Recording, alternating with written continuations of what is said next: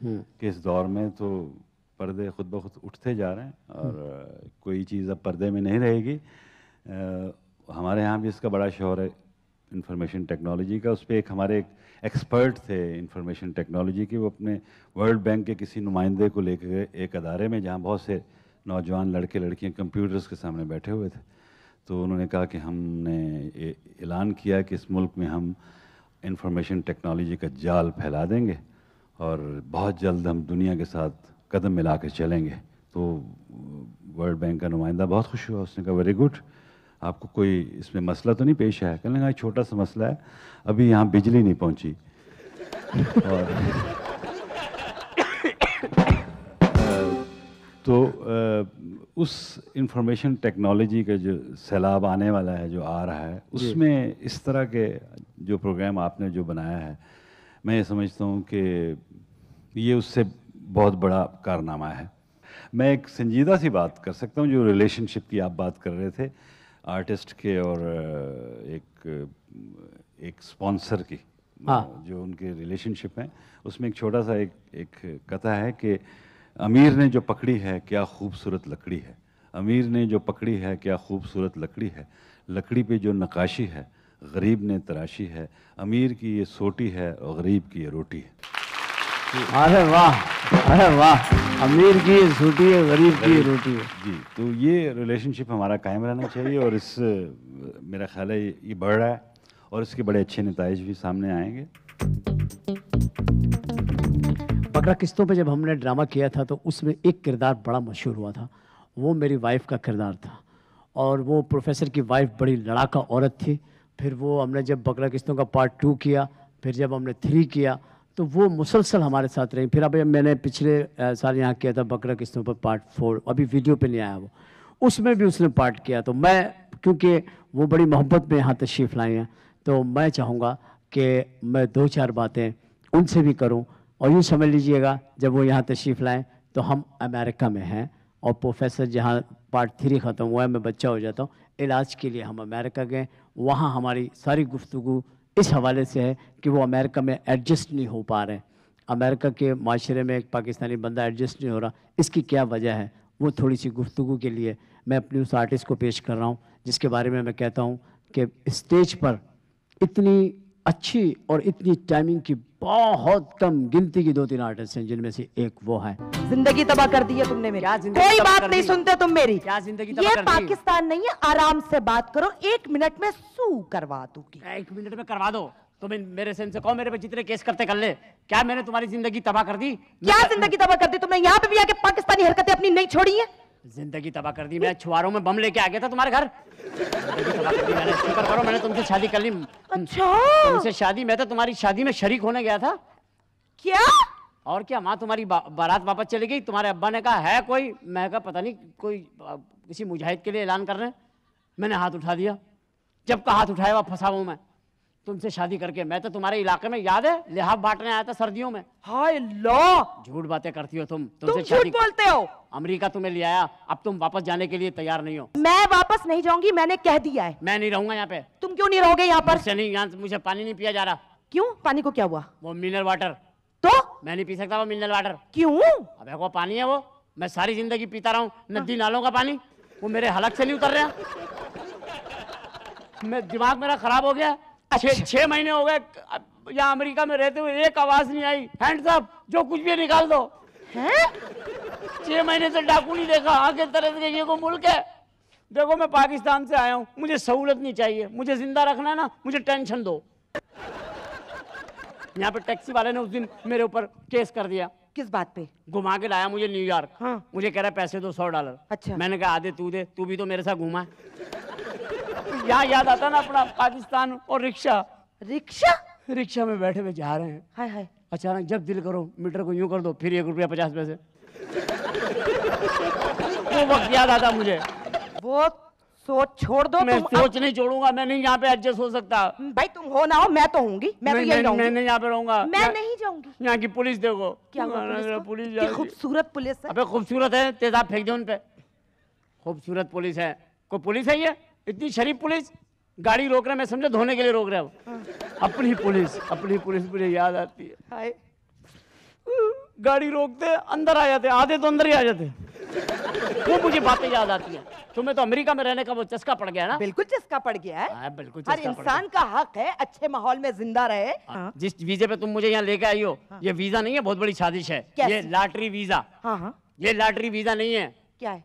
ये एक बहुत बड़ी गहरी चाल है। कैसे? लॉटरी वीजे के जरिए वो पूरे पाकिस्तानियों के बायोडाटा ले लेते हैं, पूरा खानदान, उसका दिमाग, उसकी नस्ल का पता लग जाता है, और उसमें से उसको वीजा देते हैं जिसका उनको पता होता है कि आने वाले 5 सालों में ये पाकिस्तान के लिए बड़ा फायदेमंद होगा। वो क्रीम निकाल के ले जाते हैं और फिर हमारे मुल्क में उसको लॉटरी वीजे का नाम देते हैं। तुम लोगों को कब समझ आएगी ये लॉटरी वीजा नहीं है, ये गेम है, बहुत बड़ा गेम।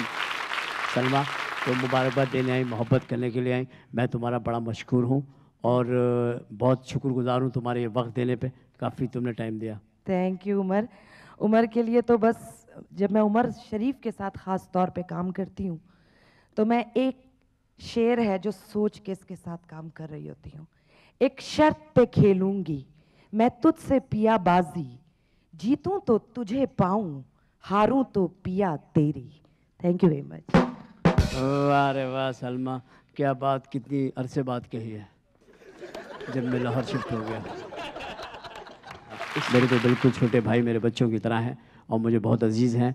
मैं जब कराची में नहीं था तो इन्होंने बहुत ही मुझे लोग भूले नहीं, इन्होंने इतना मुझे याद रखा, बहुत मुझे प्यार करते हैं। आपकी भरपूर तालीम में तशरीफ लाएंगे हनीफ राजा। हमारे पाकिस्तान का मसला ये है ना, यहाँ पे बच्चे बहुत हैं, इतने माँ बाप नहीं है जितने बच्चे हैं। गवर्नमेंट कह के थक गई, बच्चे 2 ही अच्छे, लेकिन लोग नहीं समझते। वो एक साहब मिले, उनके 18 बच्चे। मैंने कहा आपने सुना नहीं बच्चे 2 ही अच्छे? कहने का भाई 18 इनमें 2 तो अच्छे निकल ही आएंगे। बच्चों का सिस्टम अमेरिका में ठीक है, वहाँ के लोग अमेरिकन बहुत एडवांस हो गए, उनका शादी का सिस्टम हमसे बहुत अच्छा है। ये अच्छी बात है, वो अच्छी बात है। देखो ना, फिर माँ बाप की शादी होती है, बच्चे किसी काम तो आते हैं ना, कुर्सियाँ लगा रहे हैं, बोतलें पिला रहे हैं, मेहमानों को बिठा रहे हैं। हमारे बच्चे किस काम आते हैं? बड़े हुए कब्रिस्तान छोड़ा है बस। पाकिस्तान में कैसी जगह हैं जिनको बड़ा प्यार करने को दिल करता है, बहुत अच्छी अच्छी जगह है पाकिस्तान में। जैसे सूबे सरहद है हमारा, मासूम, बड़े प्यारे लोग, मासूम लोग, बड़े प्यारे। मैं प्रोग्राम करने के लिए गया पेशावर, इतना खुश हुए प्रोग्राम से। बोला यार उमर भाई बहुत अच्छा प्रोग्राम किया है और मैं बहुत खुश हुआ है और मेरा दिल करता है मैं तुम्हारे को पेशावर दिखाऊं। मैंने कहा प्लीज़। तो दूसरे दिन आए, मेरे को जीप में बिठाया, चलो उमर भाई ऐसे चलो, आए पीछे आगे ये गली के अंदर दिलीप कुमार का वालिद ड्राई फ्रूट बेचता था। थोड़ा आगे गए, बोले इधर का वालदा रहती थी। थोड़ा और आगे गए, बोले इस मकान पे से 3 मरतबा मेरे पे फायरिंग हुई है, अल्लाह ने बचाया है। थोड़े और आगे गए, बोले उमर भाई नीचे होके बैठो। मैंने कहा क्यों? बोला इस इलाके में हमारा दुश्मनी है।